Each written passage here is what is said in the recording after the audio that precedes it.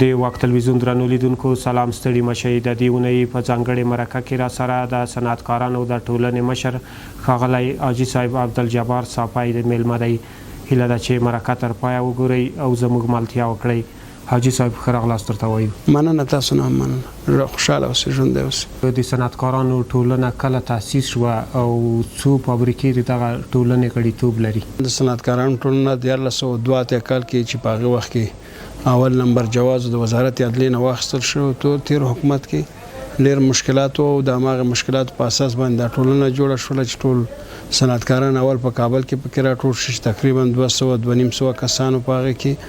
به د هغې نه وروسته هرات او مزار شریف، کندهار، جلال آباد د ټولو پکې هغې کې عضویت واخیسته. په هغه وخت کې بل نهاد نه و، یوازې د افغانستان د صنعتکارانو ټولنه وه چې دوی فعالیت لرل. فعالیت کې د تقریبا رئیس جمهور حامد کرزي سره او وزارت مالیه او ټول وزارتونو سره د یو پل په حیث باندې اجرات کول چې د صنعتکارانو ستونزې جمع کول او دولت سره په بحث کوو. کنفرانسونه جوړ کړي په ملي او بین المللي سطح باندې، په داخل کې د ډیرو د ځمکو په خاطر، د برق د نشتوالي په خاطر، د مالی د سیستم په خاطر، د تعرفې په خاطر، د بیمې په خاطر، په ډیرو برخو کې چې هغه کوم ګراف جوړ شو چې باید په دغه اهداف ورته جوړ شو چې تقریبا زموږ 14 مادهیز خپل د ټولنې هغه اهدافو د هماغې مطابق خدمات کړي دي او تر اوسه پورې. محترم صافی صاحب، اوس مهال د داخلي تولیداتو کیفیت څومره لوړ دی؟ په دې کې دوه قسمه خلک دي. یو هغه چې په غلا په کورونو کې کار کوي، جواز نه لري، نو هغوی د کیفیت پسې نه ګرځي، فقط تقلب کوي د خلکو مونوګرام، د خلکو لیبل، د خلکو د پټۍ او په خارج کې چاپۍ راوړي، د هغه نه استفاده کوي چې په دې باندې خصوصا د اسلامي امارت مجاهدین او وزارت صنعت تجارت په دې باندې ډېر کلک تاکید کوي چې باید د مخه ونیول شي. خصوصا زمونږ هم همدا تحقیق دی چې باید شرکت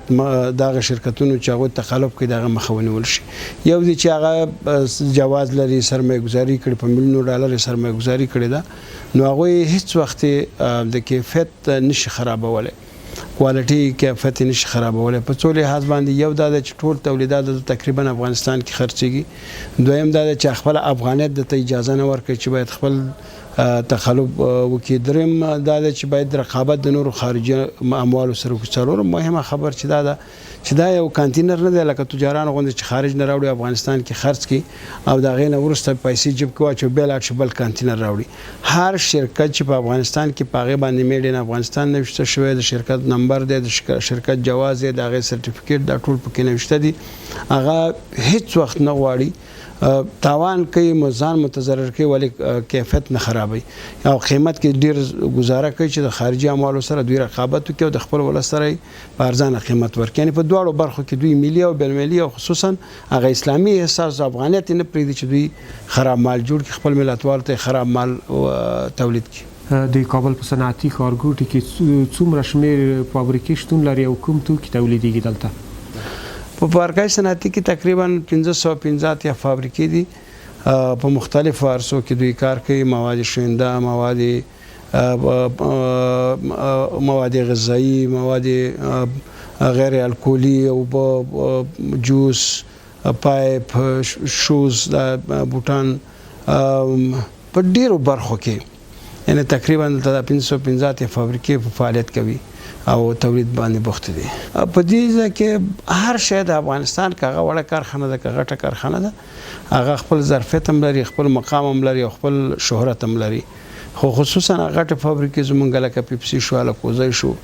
کوکا کولا شوله، خصوصا دغه فابریکې چې دي سوپر کولا شول یا نورې فابریکې په نورو ولایت کې هم شته دي چې دوی ښه شهرت دي او شهرت نه برخمن دي او عموما خلک یې پېژني. نور وړې په برخه کې پایپ فابریکې شولې، د پاپوش فابریکې شولې، د دوا فابریکې شولې چې دا تولید لري او ښه شهرت هم لري. صافی صاحب محترم، کوم تولیدات چې دلته په فابریکو کې کېږي آیا د افغانستان په داخل کې مصرفېږي او که بهرنیو هېوادونو ته هم صادرېږي؟ په مشروبات غیر الکولي که زه تاسو ته انار یا خصوصا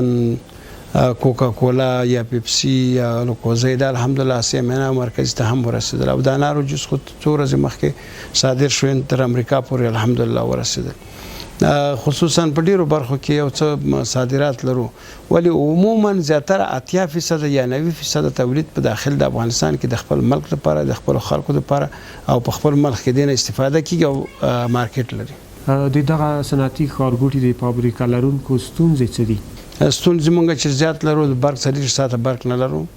او د ریاست برېښنا عمومي نظم خصوصا د ټولو مسؤلینو زموږ غوښتنه دا ده چې باید 40 ساعته برق موږ ته راکړي د مالیې په سیستم کې 29 مادي زموږ د حمایت په خاطر باندې تصویب شوي خو شپږ مادو ته نور ضرورت دی چې هغه تعرفې چې په ګمرکاتو کې په خارجي اموالو باندې لګیږي چې هغه پورته شي بل مثل چې په افغانستان کې دي تر څو پورې دوی سا واخلي مارکیټ ولري او رقابت وکړي په دې کې تغیر غواړو د ځمکو ستونزه ده چې تر اوسه پورې ځمکې نه دي توزیع شوي بیمې ستونزه ده چې تر اوسه بیمه موږ نه لرو تقریبا تدارکاتو کې باید مکمل د داخلي تولیداتو نه استفاده وشي په ډیرو برخو کې ده چې تقریبا ستونزو سره یو څه مخ است خو تخنیکي ستونزې دي په کلر به حل شي ان شاء الله که دغه د برېښنا ستونزه په اساسي توګه حل شي داخلي تولیدات به څومره ورسره ښه او لوړ شي که چیرته زموږ ته برق او مالیه منظم او بیمې سیستم دا ټول برابر شي زه تاسو ته دا په ډاډ سره ویلی شم چې نن موږ 1000 کنټینر افغانستان ته د ورځې داخليږي نو دا به راځي 1500 ته به راځي یعنې په 3-4 کلو کې موږ ښه تغییر ورکولی شو چې د ورځې تولید طرف ته مخه زموږ شي او ټولې فابریکې 40 ساعته باید کار وکړي نو اوس هلته ما مخکې تاسو ته دا خبره وکړه چې یو د رقابت د خارجي اموالو سره ستو بل ته امکانات نشته چې موږ خپل مارکیټ په خپل لاس کې ونیسو زه چې برق ونه لرم تولید پوره ونه کوم نو دغه سره دا چې هیوادوال د داخلي تولیداتو نه استفاده وکړي هغوی ته مو پیغام څه دی په دې اړه مو غوښتنه څه ده د هغوی نه 3 غوښتنې لرم او د 3 برخو نه اول د امارت اسلامي د ټول رهبری نه غواړم د شیخ صاحب امیر المؤمنین خصوصا د کمیسیون اقتصادي نه رئیس الوزرا نه سکتوري وزارتونه چې دوی باید یو برنامه جوړه کو مشترکه چې د افغانستان صنعت پکې وڅېړل شي هدف ورته وټاکل شي امتیازات او امکانات ورته ورکول شي لکه مثال 3 خبرې چې د یو سرمایه ګذار لپاره هغه بنیادی دی په یو ملک چې تشویق حمایه مسؤلیت دي کې خلکو د لپاره پلانونه جوړ کړي چې دوی تشویق شي حمایه شي او مسؤلیت برابر کړي او خلک سرمایه گذاري وکړي دویمه خبره د تولید کنندان لرم چې باید کیفیت او کوالټي زموږ بهترینه کوالټي وای دوسی موږ باید د اسلامي نظر نه د افغانیت د نظر نه او د خپل هیوادوالو د خپل ګټو په خاطر باندې باید کیفیت او کوالټي زموږ پورته ان شاء الله زه بیا ملت ته ډاډ ورکوم چې هر هغه شیان چې میډ ان افغانستان نه وشته وسی هغه هیڅ وخت به کیفیت شي نه تولیدي دریم به ملت نه لرم که څومره موږ تولید وکړو څومره حکومت موږ ته امتیازات راکړي ملت ته دنه استفاده ونه کړي او فرهنګ پیدا نه کړي انګیزه پیدا نه کړي د خپل تولیداتو په خاطر باندې چې دي کې زما د وطن بچي سرمایه گذاري کړي دي کې زما د وطن بچي د لپاره کار پیدا کړي دغه پیسې چې زه په بازار مارکیټ ته زما دنه خریداري کوم نو اولت به داخلي توکو ته ورکوم دغه پیسې د خپل جیب نه بل خارجي جیب ته ونه لګم دا به داخل کې پات شي دنه ټیکس ورکو دنه مالیه ورکو دنه عامه خدماتو کې د زمونږ ټیکسونه او مالیه او د ټول په کې مصرف شي دغه فرهنګ جوړ شو د ملت نظم غوښتنه ده نو مونږ کولای شو چې افغانستان یعنی زه ته ډاډ در کوم چې په درست افغانستان کې کچیرته وخت مونږ ته راکړي او ورشته امتیازات او امکانات برابر شي هیڅ د افغان وګړی به نه خارج ته لاړ شي او نه به زموږ سرمایه فرار وکړي او په داخل د افغانستان کې به دوی لپاره کار زمینه برابر شي حتی چې دومره مونږ ظرفیتونه لرو دومره امکانات لرو چې مونږ کولای شو چې زمونږ د وارداتو نه زمونږ لسچند سلچند صادرات اضافه شي مونږ کولای شو چې د بنگلاديش او پاکستان او د هند او د نیپال او د چین او د نور انجنیران او کارګران مونږ راولو په افغانستان کې د کار زمینه ورته برابرېږي ان ظرفیت هر څه شته دی ولی یو خبره ده چې د دې لپاره مکمل سیستم او د دې لپاره پالیسی او د دې لپاره یو میکانیزم نه دی جوړ شوی په دې وروستیو کې نندارتونونه ډیر جوړیږي دغه په سوداګرۍ څومره مثبت اغیز لرلی شي په دې نندارتونونو باندې ډیر خو تاثیر زموږ په تولیداتو باندې کې خو بعضی وخت کې داسې نندارتونونه دي چې هغه صرف د شخصي جیب په خاطر باندې جوړیږي چې څو کسان نه پیسې را وشکو او هغه کې ملي ګټه نشته فقط یو هوټل کې جوړ کا بل هوټل کې جوړ کا حالت جوړ کا دلته جوړ کا زما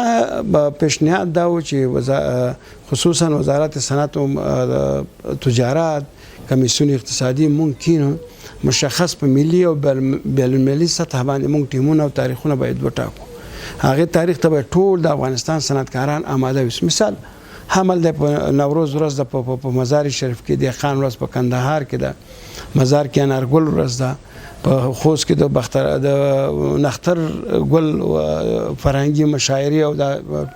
منځل کېږي په ننګرهار کې نارنج ګل ورځ ده همدغسې په مختلفو ولایتونو کې په زونونو کې او په مرکز کې د ازادۍ ورځې راځي چې په دې کې باید په ملي او بین المللي سطح باندې مونږ جوړ کړو چې څلور ما چې کوم تدابیر او کوم پیشنهادونه کړي څلور نمایشګاه یا دوه نمایشګاه په کال کې باید مونږ په سطح ملي او بین المللي باندې وټاکو نور په هر دوه میاشتو کې یا په درې میاشتو کې مونږ په ولایتو کې مرکزونو کې باید نمایشګاوې ولرو مونږ باید داسې نه وي چې هرات کې د هرات د تولید لپاره جوړ شي نه هرات کې که نمایشګاه جوړېږي ټولو ولایتو ته باید ویل شي چې خپل تولیدات انتقال کړي یو ډېره غټه کچه باندې باید مونږ نندارتونونه جوړ کړو همدغسې په کابل کې همدغسې په جلال آباد کې چې مونږ وکولی شو فرهنګي او اقتصادي د برنامې سره وتړو او د دنه مونږ کار واخلو او دا خلکو ته مخ او خلک هم تشویق او خلک هم رفت آمد ولري مشاعرې هم پکې وشي سیالونه هم پکې وشي